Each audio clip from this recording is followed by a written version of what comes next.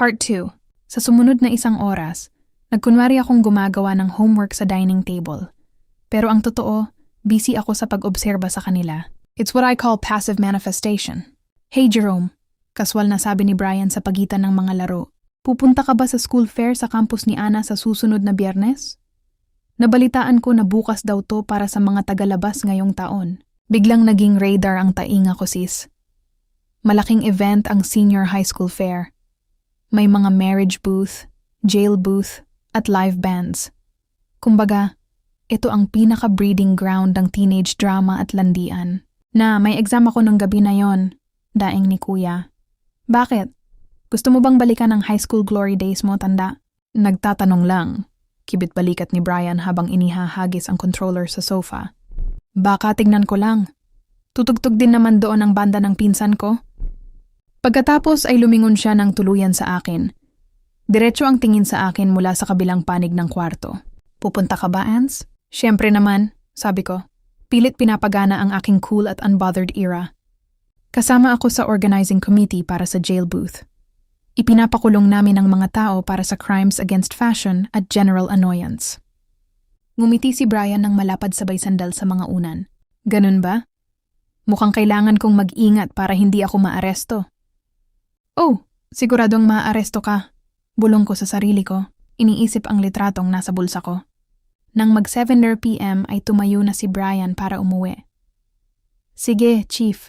Kailangan ko nang umalis.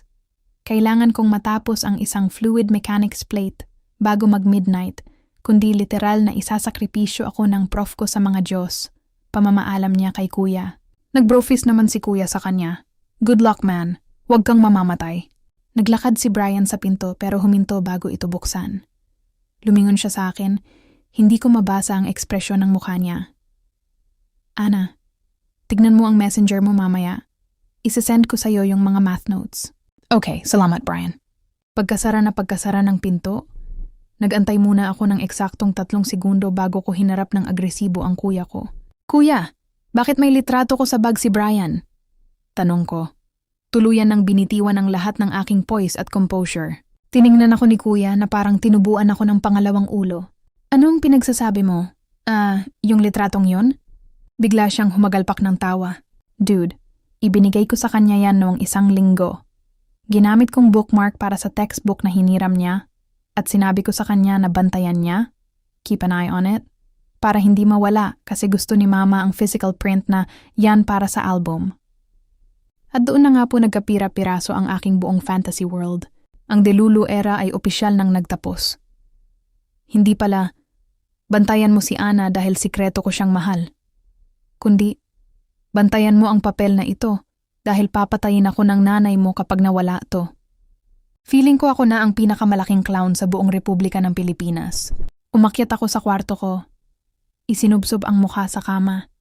At dumaing sa unan ko sa sobrang hiya. Habang pinag-iisipan ko na kung paano i-delete ang sarili ko sa naratibo ng buhay, biglang nag-buzz ang phone ko. May isang message request mula sa isang unknown number. Binuksan ko ito.